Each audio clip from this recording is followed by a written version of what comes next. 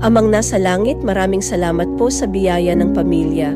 Salamat sa bawat miyembro ng aming tahanan, sa aming mga magulang, kapatid, anak, asawa, at maging sa mga kaanak na malapit sa amin.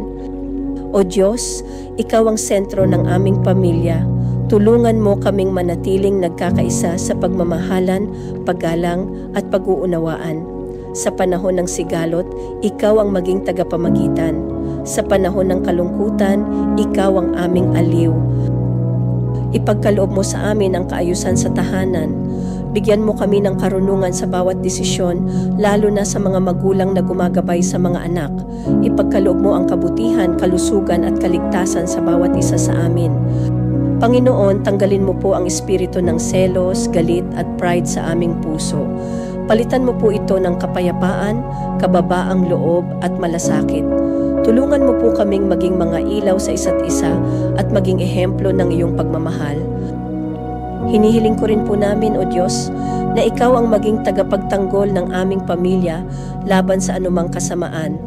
Balutan mo po kami ng iyong banal na dugo. Ilayo mo po kami sa anumang kapahamakan, karamdaman o tukso. Tulungan mo po kaming manalangin at kausapin ka sa tuwina at magmahal ng gaya ng iyong pagmamahal.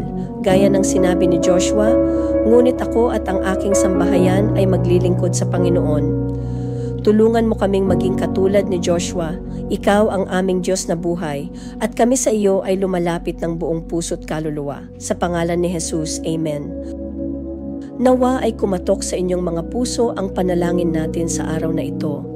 Kung nais ninyo po ang ganitong uri ng panalangin, please consider following and subscribing to our channel. Maaari ninyo rin pong ibahagi ang panalangin na ito sa inyong pamilya, kamag-anak o kaibigan. Hanggang sa muli po, may God bless you and your loved ones always.